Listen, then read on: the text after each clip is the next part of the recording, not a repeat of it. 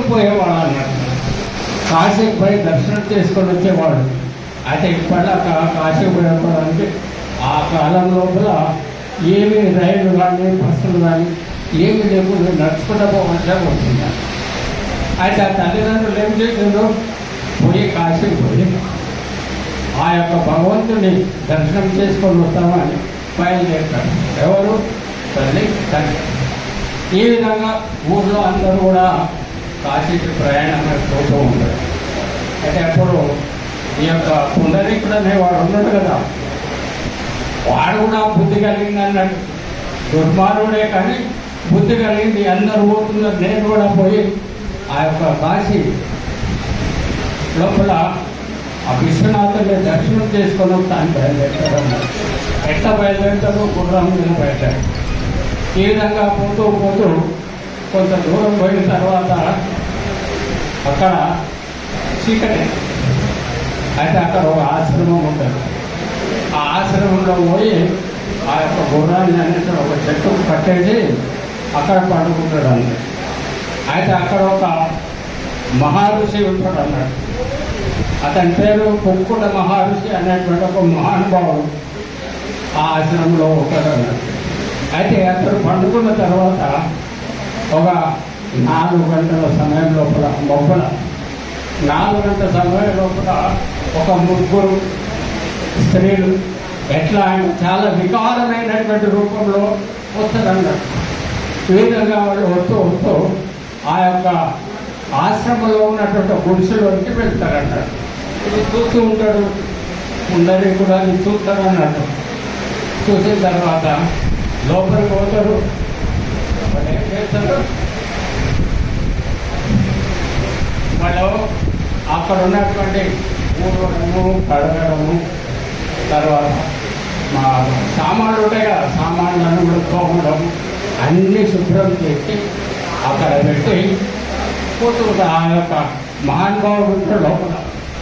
ఆ మహానుభావుడికి దర్శనం చేసుకొని అందరూ బయటికి బయలుదేరి. అయితే పోయినప్పుడు వికారంగా ఉంది, కానీ మళ్ళీ పోయేటప్పుడు అందంగా దేవతల్లాగా మారిపోయి పోతూ ఉండరు. అయితే ఈ యొక్క పుండరీకుడు చూస్తారు. చూసి వాళ్ళకి ఎదురుగా పోయి, మీరు పోయేటప్పుడు వికార రూపం ఉండి మళ్ళీ ఇప్పుడు వెళ్ళిపోయేటప్పుడు ఇంత అందంగా ఎట్లా తయారైండు అని అంటే, అప్పుడు వాళ్ళు చెప్తారు, మేము సరస్వతి, గంగా, సరస్వతి, యమున నదులు మేము. అయితే రోజు ఎంతోమంది వచ్చి పాపాత్ములు వచ్చి మాలో మునిగి స్నానాలు చేయడం వల్ల ఆ పాపాల వల్ల మేమందరూ కూడా ఈ విధంగా వికారంగా తయారు. ఆ పాపాలను కాబట్టి ఇక్కడ వచ్చి ఈ యొక్క మహారాజు దగ్గర మేము సేవ చేసినట్లయితే మా పాపాలన్నీ కూడా నాశనం అయిపోతాయి, అందంగా మళ్ళీ తయారవుతాం. ఈ విధంగా మేము ప్రతిరోజు ఈ యొక్క కార్యక్రమం చేస్తూ ఉంటాం. మనం అక్కడ అరే ఎంత అద్భుతమైనటువంటి మహత్వం ఆ ఉన్నటువంటి పురుషునికి ఎట్లా వచ్చింది అని అనుకుంటాడు అన్నట్టు అతడు. ఆ యొక్క మహాత్ముని వల్లే కదా వాళ్ళ కంటి పాపాలను కూడా నశించిపోయినాయి అని చెప్పి ఏం చేస్తారు, చక్కగా ఆ లోపలికి పోతాడు. ఆ యొక్క గుడిసె లోపలికి పోయేవారు కదా, అక్కడ ఒక మహర్షి ఉంటాడు అన్నాడు. ఆ మహర్షి ఏం చేస్తున్నాడు, 90 సంవత్సరాలు 90 సంవత్సరాలు ఉన్నటువంటి వృద్ధ దంపతులు, తల్లిదండ్రులు అన్నట్టు వాళ్ళ యొక్క సేవ చేస్తూ ఉంటాడు. వాళ్ళ యొక్క సేవ చేస్తుంటే ఆత్మ నమస్కారం.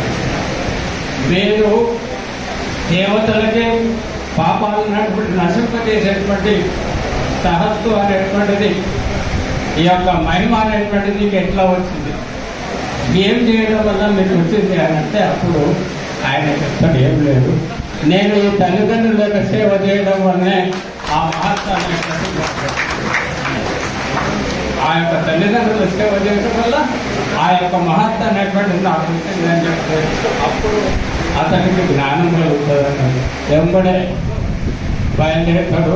తల్లిదండ్రులు నడుచుకుంటూ పోతున్నారు కదా, వాళ్ళని గుర్రాలను తెచ్చుకొని వాటికి దొరకపోయి దర్శనం చేయించుకొని మళ్ళీ ఇంటికి తెచ్చుకోవడానికి ఇంటికి తెచ్చిన తర్వాత ఇక తల్లిదండ్రులు సేవ చేస్తారు. ఈ విధంగా తల్లిదండ్రులు సేవ చేయడం వల్ల ఆ యొక్క పాండురంగుడు ప్రత్యక్షమవుతాడు అన్నాడు. రాత్రి వేళ భోజనమైన తర్వాత తల్లిదండ్రులు పండుకుంటే వాళ్ళ యొక్క పాదసేవ చేస్తూ ఉంటాడు అన్నాడు. వాళ్ళ యొక్క పాదసేవ చేస్తుంటాడు. అప్పుడు భగవంతుడు ప్రత్యక్షమై అరే పుండరీక నేను రా అని అంటే అప్పుడు ఏమంటాడు, ఏం చేయాలి? భగవంతుడు వచ్చి ఇంటి ముందర నిలబడి నేను వచ్చిందా అని అంటే ఏం చేయాలి నువ్వు వస్తే అని అంటే అరే భగవంతుడు రాకేను నీ దగ్గరకు వచ్చిన నీ ముందర నిలబడ్డా ఎంతో మంది ప్రయత్నం చేస్తే ప్రత్యక్షం కాదు కానీ నీకు ప్రత్యక్షమైన అన్నట్టు. సరే మంచిది, మరి ఏంటి మర్యాద అదేం లేదా అన్నట్టు అంటున్నా అని ఒక ఇటుక తీసి పడే దాని మీద నిలబడి ఇప్పటి కూడా పండగ లోపల ఆ యొక్క పుండరీకుడు ఇంటే మీద నిలబడి సాక్ష్యం అన్నట్లు పెట్టి. కాబట్టి అప్పుడు ఏమంటాడు, నువ్వు వచ్చినవాడు నిజమే, నువ్వు ఎట్లా ప్రత్యక్షమైన ఈ యొక్క మా తల్లిదండ్రుల సేవ చేయడం వల్లే నువ్వు ప్రత్యక్షమైన మళ్ళీ దించుకుంటే నీ దగ్గరికి రావాలా అన్నట్టు. అంటే ఎప్పుడైతే తల్లిదండ్రులు పండుకున్న తర్వాత అప్పుడు ఆ భగవంతుని దగ్గర పోతాడు, నమస్కారం. అప్పుడు ఏం కోరిక అని అడిగితే నాకేం కోరిక, ఏమి నువ్వు ఇక్కడ